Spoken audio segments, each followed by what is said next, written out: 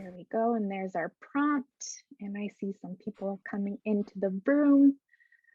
Hello, everyone. As you're coming into the room, I see some familiar names, some new names. Welcome. I will introduce myself as folks are coming into the Zoom room.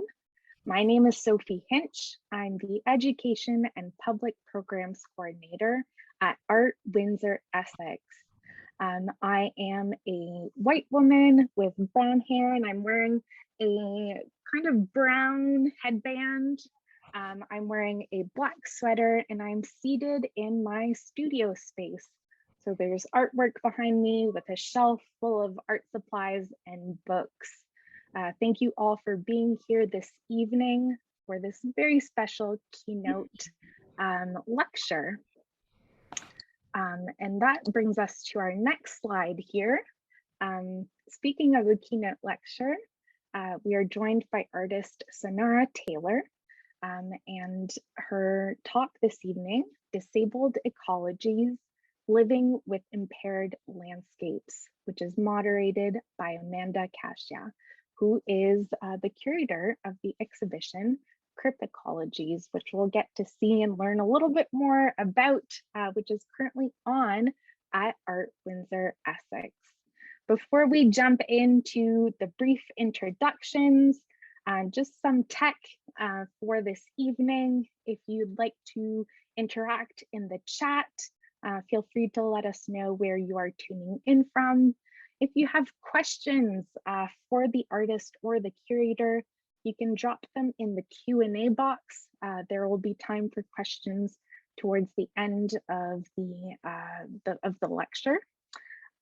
So feel free to drop them in the Q&A. It's easier for us to find there. We also have interpretation this evening, ASL interpretation that should be pinned, so you'll be able to access that. We also have automated closed captioning, which should be enabled. You can also choose to hide the subtitles or the closed captionings. So we want to make this event as accessible as possible. I'd also like to thank all of our co-presenters this evening. This mini symposium is presented by Art Windsor-Essex, Tangled Art and Disability, Health, Equity, and Social Inclusion Interdisciplinary Research Group, the School of Disability Studies at Toronto Metropolitan University, and the Disability Studies program at the School of Social Work at the University of Windsor. As mentioned, we are proud to offer ASL interpretation this evening, and we'd like to thank CLR Interpreting for being here this evening. Thank you, Christy, and thank you, Debbie, for being here this evening. So brief agenda for this evening. We'll start with our land acknowledgement, followed by the introduction of our moderator and artist. We'll have a special talk by Sunaura Taylor, followed by a brief Q&A, and we'll wrap things up for the evening. As we're thinking about land and environments this evening, we'll take a moment all together to kind of reflect and acknowledge the land on which we gather. Art Windsor-Essex respectively acknowledges that we are located on Anishinaabe territory, the traditional territory of the Three Fires Confederacy of First Nations, comprised of the Ojibwe, the Odawa, and the Potawatomi. Today, the Anishinaabe of the Three Fires Confederacy are represented by Walpole Island First Nation. We want to state our respect for the historical and ongoing authority of Walpole Island First Nation over its territory. And wherever you may be tuning in from this evening, we encourage you to do the same. Whose land are you on? With that said, I'd like to introduce Dr. Amanda Kasia.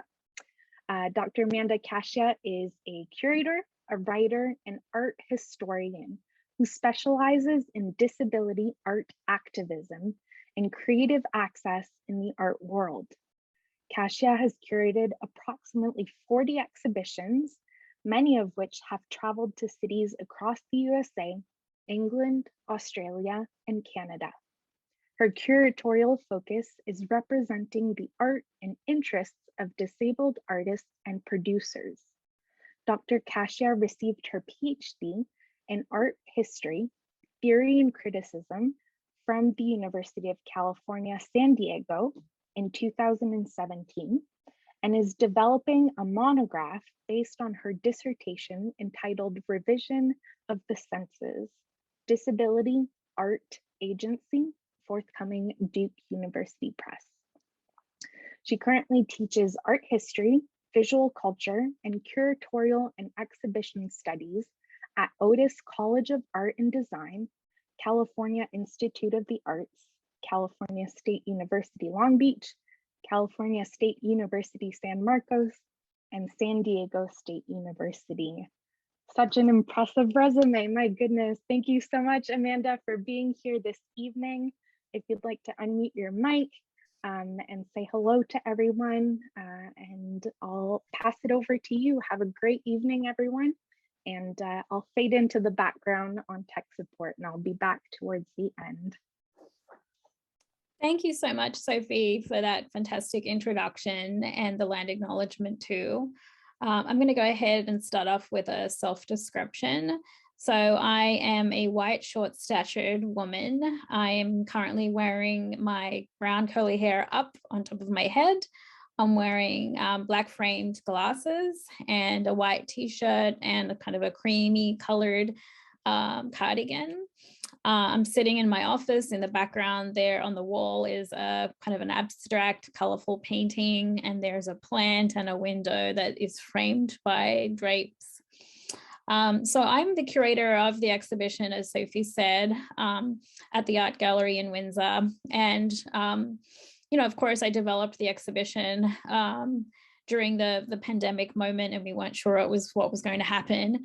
But I will say that the thematic was, of course, very much inspired by the contemporary moment, and thinking very much about climate change and thinking about disabled people and disabled artists, especially, and their relationships with all kinds of toxic environments, whether it's man-made or woman-made or nature-based. And in my thinking about, you know, formulating this exhibition, it was actually the work of Sunaura Taylor that was most inspiring to me. And so it made obviously complete sense to include Sunaura's work in the exhibition, but also to invite her to give a keynote presentation as part of the programming for this exhibition. And so I'm so thrilled and pleased that she's able to be here with us today, knowing how incredibly busy she is. But I'm going to go ahead and also read out her illustrious bio, which you can see on the screen right here. So I'll go ahead and read that out. So Sunaura Taylor is an artist, writer, activist, academic, and mother. She is the author of Beasts of Burden, Animal and Disability Liberation by the New Press in 2017, which received the 2018 American Book Award. Along with academic journals, Taylor has written for a range of popular media outlets. Her artworks have been exhibited widely, both nationally and internationally. Among other awards, she has received a Joan Mitchell Foundation MFA grant, 2 Wynn Newhouse Awards, and an Animals and Culture grant. She's currently working on a second book, which I'm anxiously awaiting, Disabled Ecologies, Living with Impaired Landscapes. Taylor is an assistant professor in the Division of Society and Environment in the Department of Environmental Science, Policy and Management at the University of California, Berkeley. Welcome, Sunaura.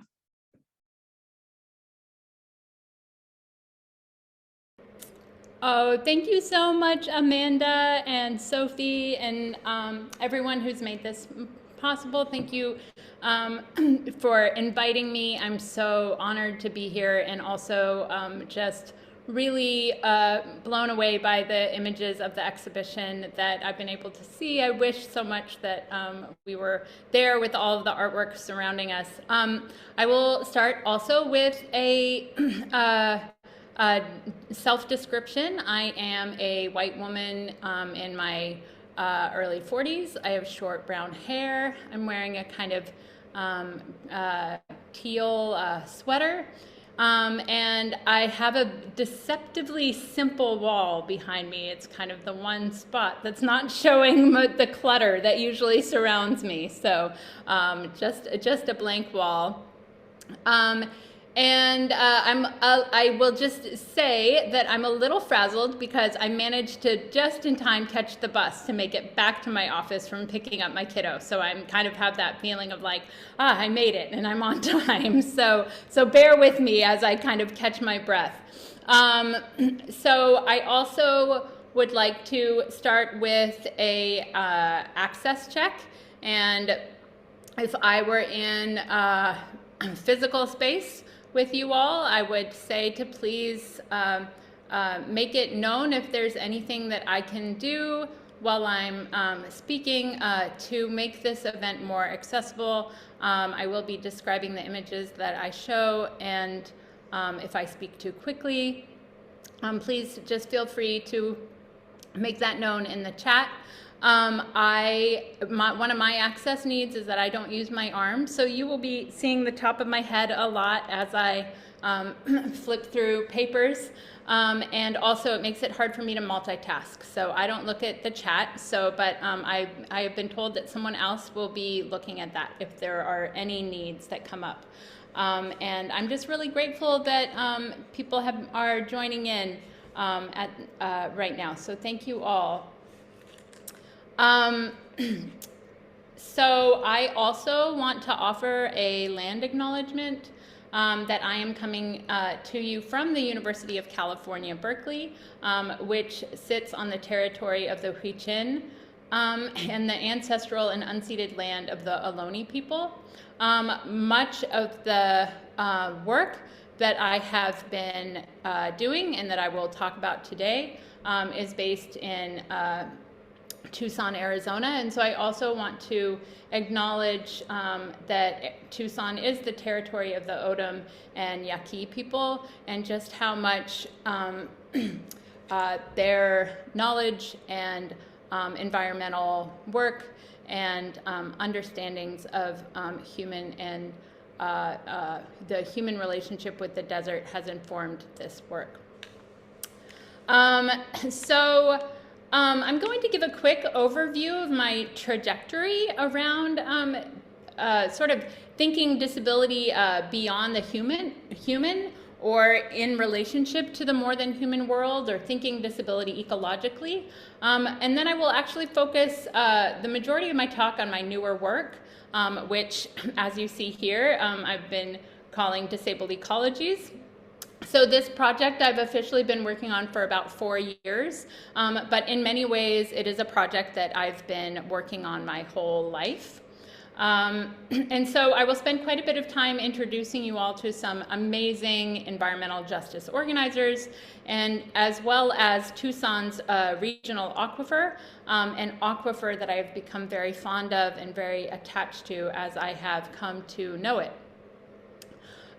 So I really started thinking about disability sort of beyond the human body when I was actually a graduate student in art practice many years ago at Berkeley. And I was making a lot of work about animal industries. So animals in concentrated animal facilities, animals in transport vans. And I was simultaneously kind of discovering disability community. And at first, these kind of realities seemed quite separate. And then increasingly, I really realized that they were merging in my mind. And I realized that I was actually, even though I thought I was making work about animal commodities, I was actually really making work about disability. Or that disability was part of it, I should say. And so I really began thinking about the ways that disability and ableism as a system of oppression sort of function beyond the human. And this small intuition kind of led to a variety of bodies of work, of paintings and prints, but they also led to my first book, Beasts of Burden. And so the book shows kind of multiple different ways in which animal and disabilities intersect, but I'll briefly just kind of mention two because it kind of helps set the stage for what I'm thinking about now in this work. So firstly, the book really tries to show that disablement to animal bodies is really central to the ways in which animal industries produce capital. And it's a disablement that basically turns animals into products, but also, of course, a disablement to the people who work in these industries, who, of course, largely come from marginalized communities themselves. So kind of looking at this relationship between disablement between and among humans and non-humans and for profit, and how profit kind of functions in that relationship. But really more broadly, that book really was looking at how ableism as a system of oppression is dependent on anthropocentrism. So in other words, how the sort of able-bodied, able-minded traits that are privileged under ableism are always human. So my newer work really follows many of these same lines of inquiry to think broadly about how disability and ableism shape our understandings of nature and environmental crises, the many environmental crises that we live with. And so in all of my work, I'm really curious to think about disability, again, beyond the human body, but also of who and what even gets to have a body, and specifically of who and what gets to have a disabled body. A broiler chicken or a dairy cow can certainly be disabled, but can a water body be disabled? Can an aquifer be disabled? And so really quickly, the image that is up on the screen right now is from a series of watercolor sketches that I started doing pretty early on in my research around this particular contaminated site in Tucson, contaminated groundwater. And it was a way for me to kind of try to get to know and understand what an aquifer is, actually. Because I realized when I was beginning this project that it was really something that I had never really thought about. What is an aquifer? How do aquifers function? What is their relationship to above ground water? How do we know which way the water is moving? All those kinds of questions. And so I started this series for my own kind of imaginative purposes. Also this question of like, how do you visualize something that is inherently not visible, right? So this is a sketch kind of laid out in a kind of a diagram sort of style. There's sort of a silhouetted mountain above and bedrock at the very bottom that is just pure black. And then in the middle, there is a sort of diagram of washed out colors of blues and browns that is kind of speckled with dots of ink and lines of ink that is kind of supposed to represent water and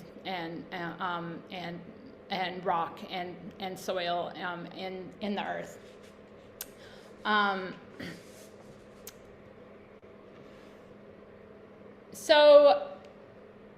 So I'm going to start by really talking about grounding this talk in this specific site, this specific place where this aquifer was contaminated. And I have grounded my research in this site for many reasons, political, methodological, and personal. Okay, so this is a black and white aerial photograph from about 1980, maybe 1979, and it shows basically these a kind of industrial but also desert desolate landscape with these industrial-sized large lagoons, which when we read about this photograph, we know are waste. That were basically waste materials that were basically dumped into these large unlined pits in the ground. So this is an aerial photograph, black and white, that shows some of these unlined pits or lagoons where waste was disposed. Basically from the 1950s to the 1970s, Hughes Aircraft Company, which was a major player in post-war military industries, and a variety of other electronics and defense companies, on the south side of Tucson, Arizona, began dumping huge amounts of chemical waste into the desert. So these were mostly airplane part degreasers, such as trichloroethylene, or TCE, which was used in the manufacture and cleaning of missiles and the decocooning of military aircraft. So it may be asked why I'm focusing on such an old site while our news feeds are hit with climate catastrophes every day. And there are a variety of reasons why I do this, but one I want to highlight here is that I'm really interested in the long aftermath of environmental damage, both for people and for environments. And I think it raises really important questions and issues, which is that treating environmental harm and its multifaceted effects on the health of humans, animals, and ecosystems is a long-term, enduring, and at times incurable process. So it is a reminder that for many ecosystems, creatures, and people on this planet, the coming decades of environmental crises will stretch not only towards death or health, but also something else, something impaired, precarious, dependent, filled with loss and struggle, requiring assistance, accommodation, and creative forms of care and treatment. And so for me, as a disabled person, I recognize this as disability. So while past environmental movements in this country often focused on the protection of landscapes understood as pristine or untouched or wild, all very problematic ideas, of course, today those fighting for the environment work with an understanding that nature has been altered and damaged in profound and serious ways. What we live with in the present and will for decades to come, even under the best case scenarios, is a mass ecological disablement of the more than human world. A disablement that is utterly entangled with the disablement of human beings, which of course does not fall on all human beings equally. Given this, it seems vital to consider what forms of care, treatment, and assistance what we might call this age of disability will require. And looking through the beautiful artwork that is on display in this show, I think a lot of these similar ideas and questions are on display in the work. So over time, about 4,000 gallons of TCE and other chemicals entered Tucson's regional aquifer.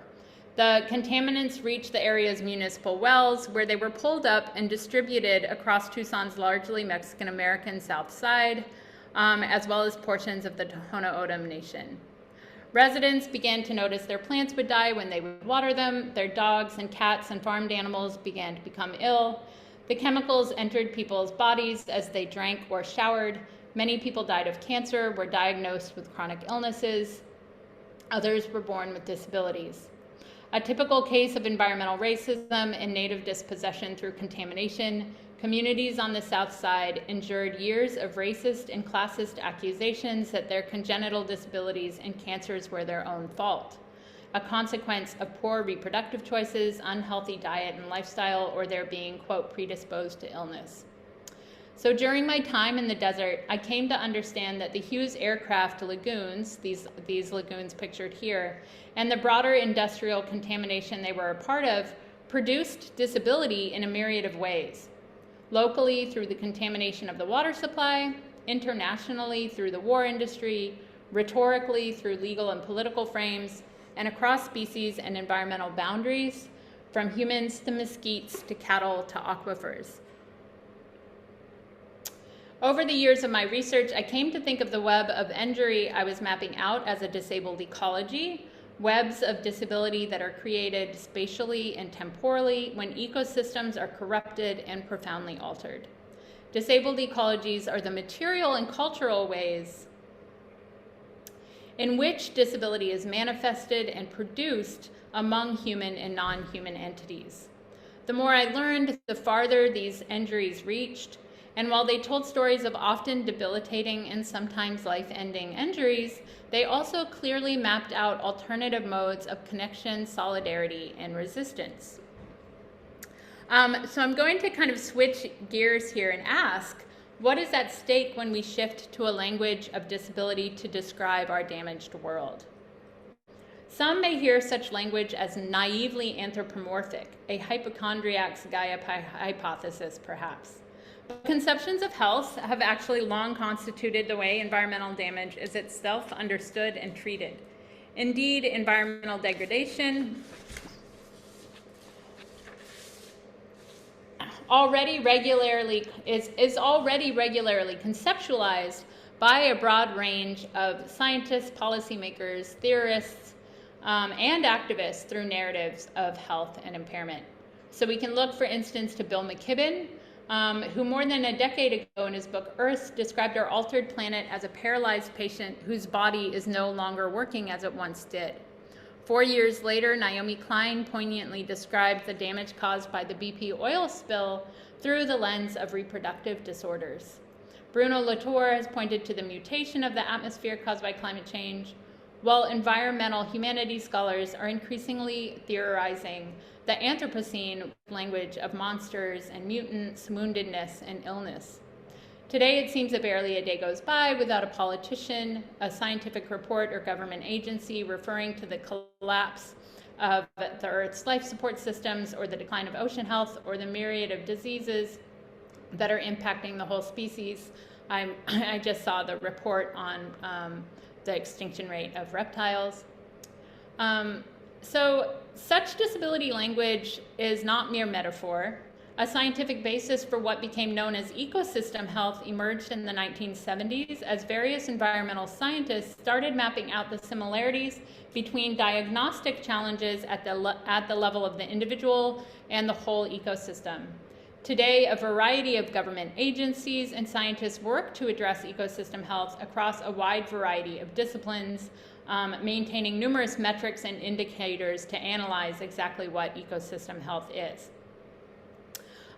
So one could also look to the language of ecological risk assessment, which uses concepts such as impairment to understand and analyze the health of ecosystems. So an ecosystem is impaired if its, quote, condition has departed from an acceptable state in a way that is ecologically or societally significant. The EPA, also the Environmental Protection Agency, also uses such language, defining impaired waters as the detrimental effect on the biological integrity of a water body caused by an impact that prevents attainment of the designated use. According to the EPA, close to half of the rivers and streams in the United States are impaired waters. So that is a lot of disabled bodies to bring into disabled community. In standard accounts, ecological metaphors of health are often traced back to conservationist Aldo Leopold, whose concept of land health understood health as the capacity of the land for self-renewal. This genealogy, however important, sidesteps indigenous epistemologies that have long understood land and non-human others as kin that can be maimed. For example, when asked how Native people can reclaim their relationships to homelands and urban spaces, when the land or the water is too polluted to swim in or eat from, Leanne Simpson, Amici Sageg Neshnabeg, scholar, writer, and artist, writes, "You do not abandon your mother when she is sick. You do not abandon the land because it is contaminated or encroached upon.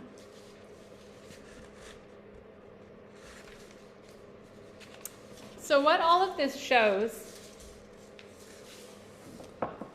is that across a variety of arenas, there is already a recognition that the landscapes we inhabit are increasingly impaired, ill, and disabled.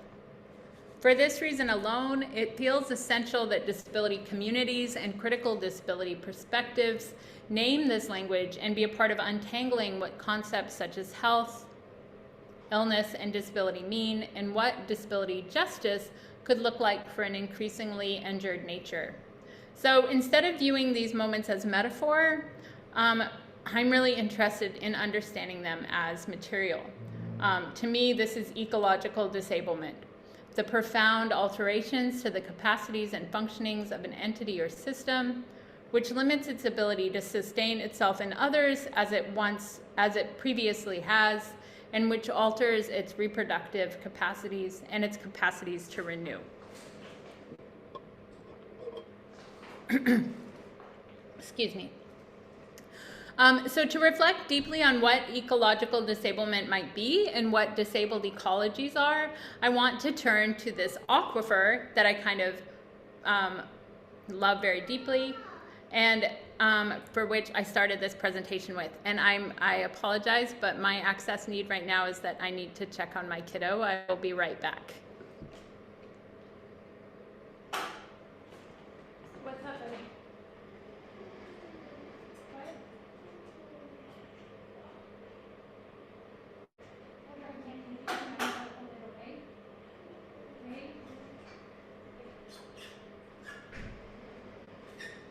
Apologies. Okay. So if pressed to describe an aquifer, many typically imagine it as a sort of underground tank filled with groundwater just waiting to be used. The image of a container is troubling, however, as it perpetuates the idea that it can be measured and siphoned to suit a community's needs. To suit a community's infrastructure, rather, while erasing an aquifer's fundamental entanglements with other ecosystems, an idea that conveniently benefits those industries and investors that would wish to exploit it. So in reality, aquifers are much messier. They are complex and often ancient networks of porous and non-porous underground materials surrounded by water moving wherever gravity guides it, water that can be thousands of years old. The water that makes up an aquifer occupies the available spaces between grains of sand, larger gravel, or impervious layers of rock and clay. An aquifer is not easily disentangled from other aquifers, or for that matter from the above-ground rivers, streams, and riparian ecosystems to which it is connected. So understanding aquifers this way demands that we recognize them as more than infrastructure, right? More than just groundwater for us to use, and instead see them as vital parts of ecosystems that make up our landscapes. Yet we are not used to thinking about them in any other way than through their water output, their monetary value, and their capacity. In the United States, our very laws written to protect the nation's water reinforce the invisibility of aquifers. They are, for example, not covered by the 1972 Clean Water Act, which in a typically anthropocentric move only protects navigable waters, bodies of waters upon which humans could theoretically ride a vessel. The only federal environmental law that attends to aquifers is the Safe Drinking Water Act, and even then, they're relevant only when groundwater is pumped and consumed. Aquifers as ecosystems remain almost entirely unprotected. So it is not surprising, given this, that 22% of the groundwater in the United States, which is a sampling of 1 in 5, tested positive for chemicals at levels that are a concern to human health, or that more than 21 of the world's 37 major aquifer systems are on the verge of collapse due to depletion. So this is why some policies and scientists describe our nation's aquifers as impaired. Can you go to the next slide? Okay. So when an aquifer's water table recedes away from the streams, rivers, or other water bodies on the land surface, it is said to lose reach. So the water can no longer reach the above ground water. As an aquifer loses reach and its water is pumped away, plants and trees that grow along the riverbed become stressed and die. Perhaps because I have a hard time reaching things with my own impaired arms, I'm captivated by this image of aquifers, streams, and riparian ecosystems being unable to reach each other. I imagine the aquifer in this drawing that I have done, another of my speculative series, aquifer series. I imagine the aquifer sort of reaching out with weakened ability in a drastically unsuccessful effort to grasp the tree-lined riverbed. So in this image is kind of just ink, pen and ink on a sort of a tan paper. It is a bunch of kind of cartoonish disabled hands that I often represent in my drawings. They are my own hands, kind of coming out of what I imagine to be the groundwater, kind of reaching up through the soils, trying to reach to the branches and the river bed above, but unsuccessfully. So the concept of losing reach can illuminate how relevant a critical disability perspective is to understanding ecosystem impairment.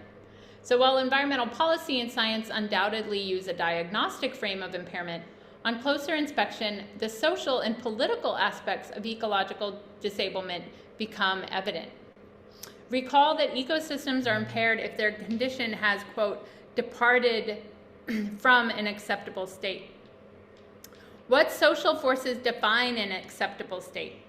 What about the societal significance the definition points to?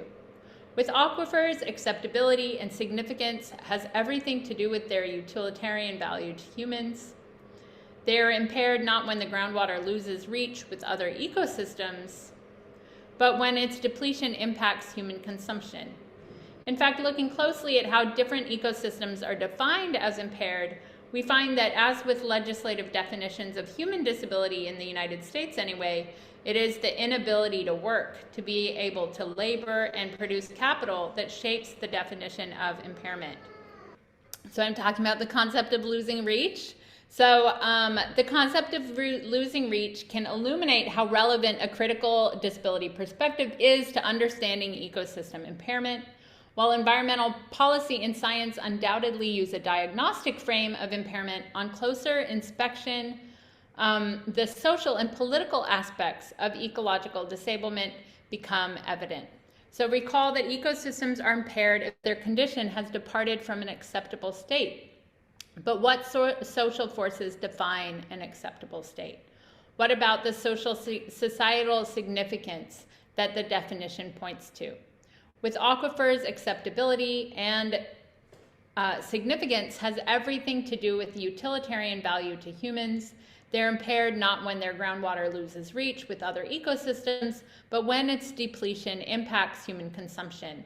So in fact, looking closely at how different ecosystems are defined as impaired, we find that as with legislative definitions of human disability in the United States, it is the inability to work, to be able to labor and produce capital that shapes definitions of impairment. So which impaired landscapes are considered valuable enough to merit multi-million-dollar treatment facilities, and which, due to lopsided values, policies, and power inequalities, are not deemed societally significant and are thus excluded from systems of care, and therefore at risk of further harm? Just as importantly, what sorts of treatments are offered and for what ends? How do these decisions intersect with the same sort of inequity that human communities face when struggling against environmental racism and climate injustice? So I want to identify disabled ecologies and recognize our damaged environments as disabled, not because I believe that medicalizing and diagnosing is the answer to environmental harm, but because such naming can provoke a crucial ethical attunement. If our ecosystems are ill, impaired, and disabled, then it seems clear that turning to disabled and ill people for the critical and generative understandings of health, limitation, woundedness, loss, and adaptation, and care that have emerged from these communities is vital. Critical disability perspectives show that with access to healthcare, social supports, and community, disabled life can be not just livable, but flourishing. They insist that while damage is real, it is also a source of ethical insight, of value, of creativity. If our landscape is disabled, then our needs to learn this ethics is urgent. Okay, so Southside environmental justice organizers are some of the only people I have come across who deeply understand the aquifer and its entanglements. Many have worked for decades to make sure that it is being treated even after they and their loved ones have become chronically and sometimes fatally ill from drinking its water. While residents here often do associate the groundwater with death, the aquifer itself has been treated with care and kinship for more than 3 decades. Even though Southsiders have not drunk from its water since the mid-1980s, organizers and community members have stuck with it. They have not abandoned it. Many people might not know that Tucson's South Side was home to one of the first environmental justice movements in the United States. A mixture of fierce community organizing, local reporting by Jane Kay, who was a committed investigative journalist, and a major litigation against Hughes, the city of Tucson, and numerous other parties finally pushed authorities to acknowledge that at least some of the area's alarming rates of cancers and chronic illnesses were caused by contaminated water. After it was discovered that the community had been drinking and using TCE-laced water for decades, residents such as Melinda Burnell, Rose Augustine, Eduardo Quintana, Marie Sosa, and Richard Gonzalez organized their communities into groups such as the formidable Tucsonans for a Clean Environment. These organizers spent years of their lives making sure that treatment facilities were built and built really well. Treatment facilities, I should say, for the aquifer, for the groundwater. Southside community organizers had, from the very beginning, a very capacious understanding of what remedial action should include. One that was shaped by their experiences as a largely Mexican-American community living with illness and disability. Within less than 2 months of forming, Tucsonans for a Clean Environment was calling for an epidemiological study of the impacted area, the establishment of an Arizona registry for cancer and birth defects, compensation for injuries, and the cleaning up of groundwater, the persecution of polluters, and the firing of city officials who they argued were complicit in environmental racism. Shortly after, they also began calling for greater groundwater protection laws and the establishment of a health clinic for the community. For 3 decades, ill and disabled Southsiders have articulated a vision of justice that includes treatment for both landscape and people, and that acknowledges long histories and potential futures of injuries. And remarkably, at least in brief moments, community members and community organizers have actually made such visions real, winning hard-fought battles for health insurance, for health studies, for a say over the Superfund remediation process, and for the sort of treatment the aquifer and the impacted ecosystems receive, and for a health clinic, which, while it lasted, offered a variety of free healthcare services to those impacted by the contamination. Their organizing also had profound rippling effects, helping to establish 2 of Arizona's central environmental agencies. So grappling with disabled ecologies helps us to recognize and resist the ableism in this age of disability. The devaluing, the disgust, the disdain, and the abandonment leveled against those people and ecosystems who cannot attain and hold on to able-bodiedness and the fiction of independence that it maintains. Ableist ecologies would have us accept sacrifice zones, permanently impaired environments, and historically expendable communities of people and lands and animals as the price to be paid for our modern pleasures. For decades, disabled communities have taught us that while injury and sickness are fundamental to life, Our response to injury and sickness is a societal issue. Will we care for disabled community members, human and non-human, providing healthcare support, services, and access, or will we abandon them? Southside organizers offer a vision of living with, a refusal to abandon, an insistence on staying with the trouble of a troubled landscape. Repairing the harm done to Tucson's aquifer will be ongoing. After all, TCE is still present, thankfully at much decreased levels, in the aquifer nearly 3 decades since the state-of-the-art facilities meant to clean it were built. And the community, of course, is still living with the impacts of lost loved ones and chronic illness and slowly emerging cancers. And on top of all this, newly discovered contamination in the same area has thrown the question of how to treat Tucson's aquifer wide open once again, with responsible parties dragging their feet in an outrageous repeat of history. Many Southsiders who have been following the TCE treatment for decades are still there, speaking up at quarterly EPA-run advisory meetings, and organizing into newer groups like one Southside-based group, Las Aguas. While the Southside has not been receiving contaminated water, they insist that it's more urgent than ever that immediate action be taken to ensure that the aquifer and the community can continue to heal. To state that we are living in an age of disability is not said with pride, but it is said with recognition that there are ways to transform, to find solutions, to center care and interdependency, and expansive visions of access, to create the conditions over the coming decades to learn from what disabled activists call Crip brilliance. Turning to disability communities and the critical and generative understandings of health, limitation, woundedness, loss, adaptation, and care that have emerged from them can help us as we navigate and salvage a changing, imperiled world. There is, as the amazing disability activist Harriet McBride Johnson once described it, quote, the undeniable reality of disabled lives well lived. These disabled lives well lived are what we can hope for our permanently altered ecosystems, for our water, our air, our atmosphere, and for the Southside community and the aquifer. Thank you all so much, and thanks so much again for all the patience. Thanks so much, Sunaura, for that wonderful talk. And no worries on all the, the access moments. That's totally fine. I have a child too, so I totally understand.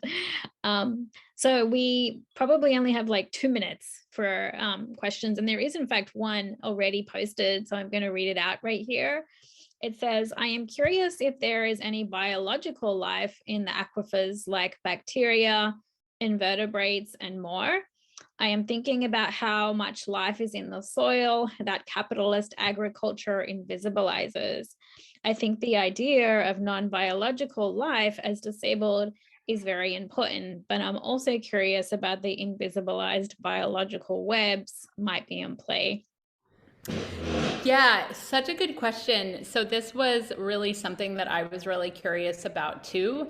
And I think as a non-geohydrologist, I am not going to answer that very well, but I will say my understanding is that it very much depends on what kind of aquifer system you're talking about, it totally depends. When I asked this question, actually a lot of the time, geohydrologists thought that I was asking about cleaning up toxicity with microbial life. So that's kind of another intersection of how those issues are entangled. But certainly as someone who cares very deeply about, non-human species, that was something that was very much on my mind that I was curious about as well. But my understanding is that at least in this desert aquifer environment, that not so much. Great. I was wondering about, I'll just ask a quick question before, I know we have to wrap it up, but just curious about the book that you're working on and how much of the talk that you gave today is going to be integrated into that, or if, just to learn a bit more about the structure of the book too.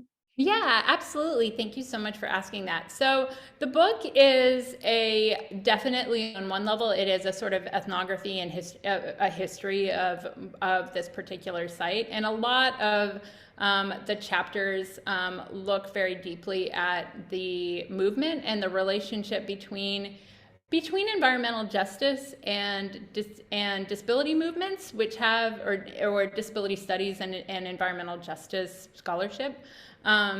Because I think that there's a way in which there's so much overlap and so much potential for solidarity, and they also are often presented as having very different genealogies. And I think that they're very connected in really interesting ways. And so some of the book is doing that work. Some of the book looks at larger environmental policies. So I'm really curious, for example, of like how when at this time in the early 80s, like a lot of environmental services were actually placed in the United States anyway within health departments. So environmental issues were considered to be under the kind of purview of health departments. And then when the EPA was formed, it kind of severed that. And I think that on one level, there's definitely arguments for why that was really important to give the EPA its own sort of status, but also it kind of severed this crux of this relationship to health, which I think is problematic in a lot of ways. So a lot of the book is also kind of making this argument that that we can't, or that I would like to see more initiatives that are really thinking broadly about healthcare as not just that the environment is a health issue, but actually like healthcare expansively to include environmental remediation or environmental response that includes humans, that doesn't kind of separate humans out, because if the EPA goes in and remediates an environment, they're not going to like fund health clinics, right? Because the definition of environment kind of stops at the human body. And so so I'm interested in what would happen if we brought those things together. So that's kind of what the book is doing, and there will be lots of speculative aquifers in there too. Oh, great. That's good to hear. There's going to be some art sprinkled throughout the book. Yes, so I'm going to hand it over to Sophie then. Thank you so much again, Sunaura, for being here with us today and for being a part of my exhibition. And thank you to Sophie. Thank you all so much. I really appreciate it. I'm really honored. Yes, thank you so much, Sunaura. It was an eye-opening talk for sure. I've learned so much this evening, so that is great. And thank you, Amanda, for being here as well. Just a reminder that there is still time to come and visit Crip Ecologies, Vulnerable Bodies in a Toxic Landscape. It is on at Art Windsor-Essex until May 22nd. So if you're in Windsor, come and say hello.